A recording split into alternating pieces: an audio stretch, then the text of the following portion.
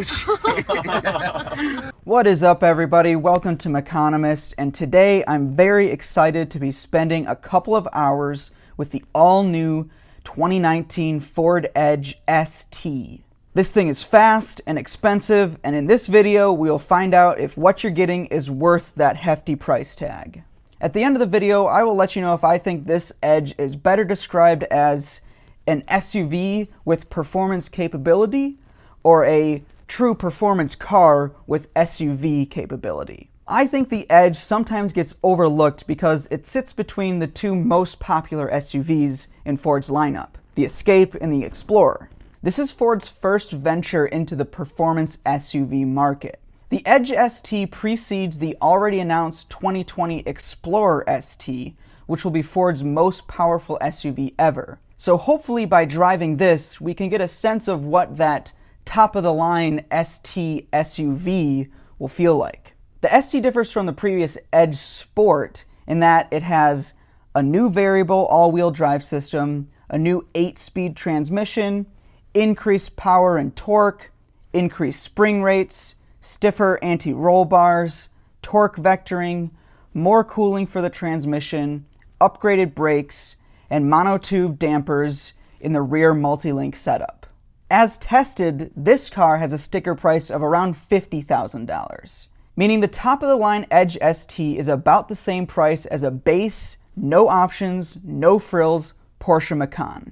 Now, I haven't driven the Macan, but from what I can tell, it's pretty universally considered the best small/medium performance SUV on the market right now. Obviously, we're not really comparing apples to apples here, because your average Macan on the road will have a sticker price way over $50,000. But theoretically, you can get a Porsche Macan for the same price as a Ford Edge ST. So I think it's worth exploring. Is there any way a Ford SUV can be worth as much as an SUV from the top-of-the-line German performance brand? Full disclosure, I do work for Ford, so my opinions are approximately 100% biased. Because of that, I want to stick strictly to the facts as much as possible. So let's look at the numbers to see if it's even worth putting them in the same conversation. First, how does the performance compare between the $50,000 Edge and the $50,000 Porsche Macan? Well, the Ford is more powerful than the Porsche. 335 horsepower in the Edge ST from a 2.7-liter turbocharged V6, compared to 248 horsepower in the Macan. The Ford has more torque as well.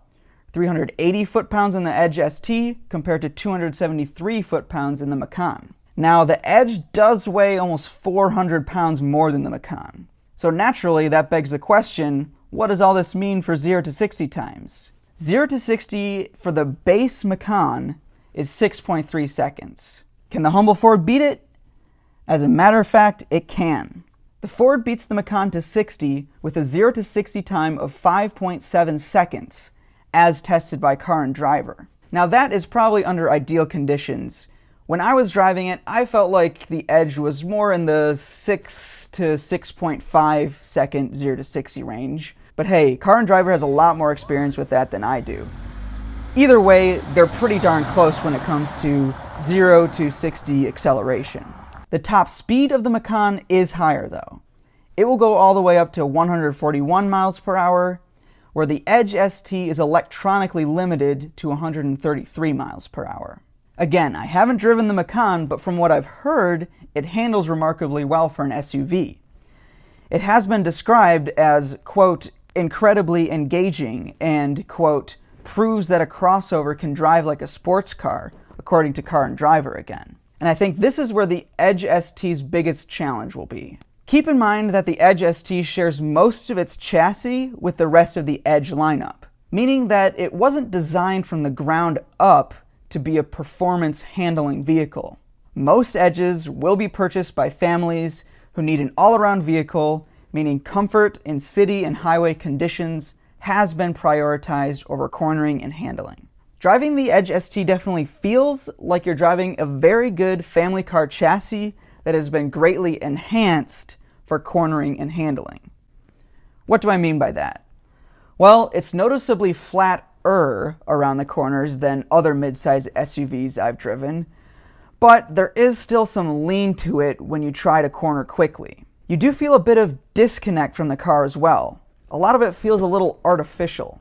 For example, the ST steering wheel offers more resistance, but not really any more feedback than the standard Edge. The ST has a remarkable ability to avoid understeer when you're turning in hard, but the traction control completely shuts you down if you try to accelerate out of the corner. The electronic gizmos did a good job of keeping the tires from squealing even when I was trying to make them squeal. On the one hand, that's helping you with sort of dynamic conditions when you're trying to get around a corner quickly, but it's not quite as sporty as something that's truly rear-wheel drive and built with an architecture meant for going around corners in a spirited way. That being said, it certainly does handle well for what it is. Better than any other small to medium SUV that I've driven. If you put it in sport mode, it does come alive a lot more than just the standard drive mode. In fact, if you ask me, just put it in sport mode, because it's basically a necessity to feel the true ST part of the Edge ST. If you keep it in normal mode, you might be a little disappointed with its performance, but I think that's because normal drive mode is more geared towards sort of efficiency and not towards acceleration the way the sport mode is. The best way I can describe it is that it reminds me a lot of my 2015 Taurus Show. The Taurus Show was an undercover rocket ship. It could shoot you into space, but it did take a little bit of effort to make it turn on a dime. In the show, I didn't feel connected enough to the steering and dynamics of the car to be confident to throw it around the way I could in a car that was designed with performance in mind from the beginning. That's pretty much how I feel about the Edge ST too. That is still a compliment though, because the show is awesome. Pretty soon the Taurus Show will be no more, which is a shame, but now those show customers will have something to satisfy their sleeper speed fix. So, the ST edges out the base Macan on pure acceleration, but it might not hold up to the driving dynamics of the Porsche. But given the numbers, I think the Edge ST is still worth a look for performance SUV customers that might find the Porsche price tag with options a bit hard to swallow. Especially since you can service the Edge ST like you would any other mainstream Ford, and I'm guessing your insurance will be way cheaper. So how about the SUV part of the performance SUV? This might be the area where you're getting way more value for money than you do in the Porsche Macan. I have no complaints about the SUV essentials in this car. Storage room, backseat comfort, legroom, rear hatch operation, rear storage, ease of entry and egress, 26 miles per gallon on the highway, 21 miles per gallon combined. All of those things are competitive with the top brands in the segment. To my eye, it's quite handsome relative to other SUVs of its size as well. And I think it's a significant upgrade from Edges of the past. The interior trim is probably where the Edge ST can't beat the Porsche.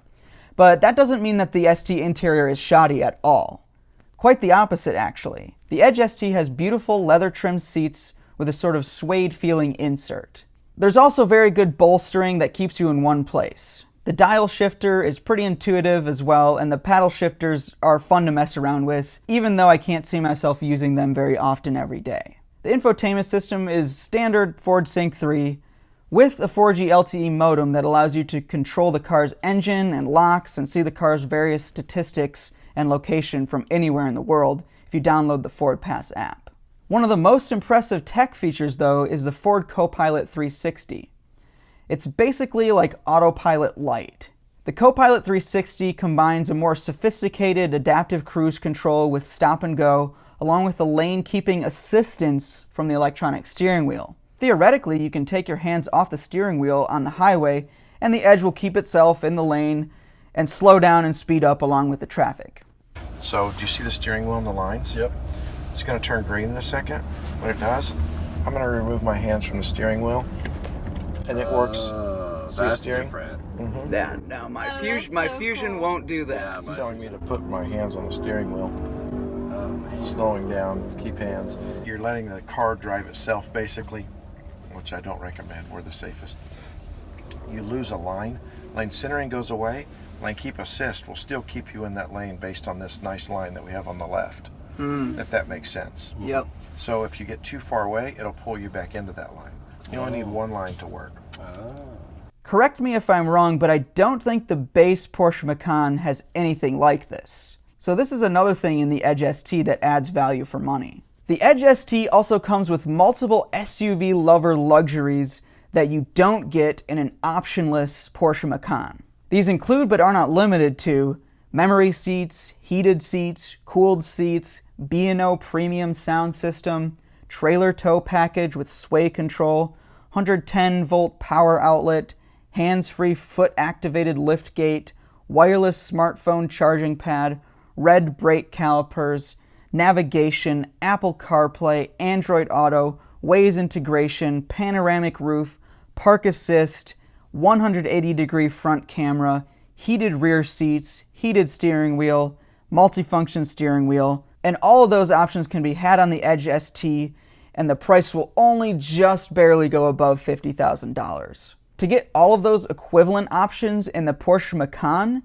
will cost you an additional $17,000 over the original $49,000 MSRP. So now you're looking at a $50,000 Edge with all those creature comforts and technology features versus a $66,000 to $68,000 Macan. And that's probably the most important fact about this tenuous comparison. The Porsche is a Porsche, and it comes with a Porsche pricing scheme. Unless you can somehow not check any boxes on options, the Porsche is going to be one or two price brackets above the Edge, meaning that the real price of an Edge ST is far less than that of the Macan, even though there is a sliver of an overlap in their price ranges. Of course, we already knew this, and as it turns out, the handling performance and the refinement of the Porsche Macan are probably the things that account for that real-world price gap the most. Is the Porsche more luxurious? Absolutely. Is the Porsche going to be more rewarding on twisty roads or on the track? Almost definitely. But it's going to cost you. The value for what you get in the Edge ST is actually pretty incredible. I also think that the utility of an Edge ST is greater in an intangible way because it's a Ford. So you can be comfortable taking it anywhere. Unless you're ultra rich, you're not going to feel comfortable taking your Porsche Macan as many places as you would with an Edge ST, and you probably will treat it a little bit more preciously than you would a Ford. So you're getting a lot of real use value out of the ST that you simply won't in the Porsche Macan unless you have the kind of money to just repair anything that goes wrong with it at any time, no matter what happens. In conclusion, is the all-new Ford Edge ST worth its hefty price tag? Yes. Does it do performance? Yes. Does it do SUV stuff well? Yes. But which does it do better? Well, in the case of the Edge ST, I'd say it's still better at being an SUV than a true performance car. It's comfy, large, and has lots of space to haul stuff and people. That being said, if you're that customer who has a need for speed, but your spouse tells you you need something practical that can carry the kids, this is a great option. Plus, with a Porsche Macan, you'd have trouble explaining to your pragmatic loved one why you blew your kid's college fund on a high-end German brand. With the Edge ST, hey, it's a Ford. What practical spouse can say no to a Ford? Thanks for watching, everyone, and I'll see you guys in the next one. Yep. I'm going to count up the speed. It's 10, 15, 20, 23. Out of brakes right now. Did you feel it release just then? Yeah. I had to. That's the first time I had to use the brake. So you didn't have your foot on the pedal at all? No, just the gas. Wow. And if you're on an idle speed, it'll keep you and it'll still stop you. It disengages, that cuts the fuel off, cuts everything off, helps brake you. Very smart system. Wow. It shuts everything down. That one was a little faster. That was almost 24 because I think I almost reached that. And so that was that aggressiveness. 25 and below, Mike Lopez is the chief engineer of the product. He goes, I will put my signature on it that it won't hit that if everything's working properly. Wow. He said, as you increase miles per hour above that, you increase your odds to hit that. I've done it at 27. I haven't hit it. Okay. But I was pushing the limits, I think. Okay. As the speeds get higher, though, you can see hitting something at 1 mile an hour or 2 miles an hour is way better than 30 miles or 25 miles an hour. You know, that's of course. Even though that's not too fast, that's still a huge impact to your body when you hit that. So the tools we have now are the building blocks to stepping stones to autonomous driving. Yep. I think it's awesome. This is adaptive cruise control with stop and go technology, which is a newer piece. Before we had It canceled out, right? here we go. When it stopped, it canceled. Or I did on accident. But it's going to go up to 20 now because it thinks that car's gone, but it's going to see it here pretty quick. My feet are off the brake and gas. He's going to come to a stop up here. So are we. You hear How the is ABS kick in? Mhm. Yes, sir. How is that any different than the adaptive cruise on my Fusion? It's adaptive cruise on your Fusion, depending on the year, won't have stop and go. It'll actually slow you to 5 miles an hour, So mine and stops. then you'll coast. But There's but you have to re-engage it. This one you don't have to re-engage, correct? after 3 seconds you will. So this is just a newer technology. It's not like new this year. Okay, so I think this my Fusion hybrid can do. Yes. Okay, but it's the lane centering It's the that's lane centering with all it. new. Sometimes we wanted to showcase something with this because it has to work with adaptive cruise on. Yeah. So do you see the steering wheel and the lines? Yep. It's going to turn green in a second. When it does, I'm going to remove my hands from the steering wheel, and it works. See the That's steering? different. Mm-hmm. Yeah, no, my Oh, Fusion that's my so Fusion cool. won't do that. Yeah, It's telling me to put my hands on the steering wheel. Oh, Slowing down, keep hands. It won't take this. So I have to disengage the ACC, adaptive cruise control. And when I disengage adaptive cruise control, I disengage lane centering. It has to be on for lane centering to work. got it. Say you're going 40 or above on the highway though, lane keep assist. We still have that. It's awesome. That was a predecessor to lane centering. It's still there, still works, and you only need one line for it to work.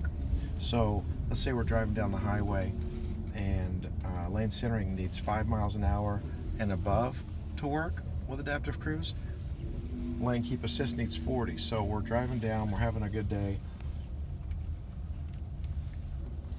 You're letting the car drive itself basically, which I don't recommend. We're the safest. You lose a line, lane centering goes away, lane keep assist will still keep you in that lane based on this nice line that we have on the left, if that makes sense. Yep.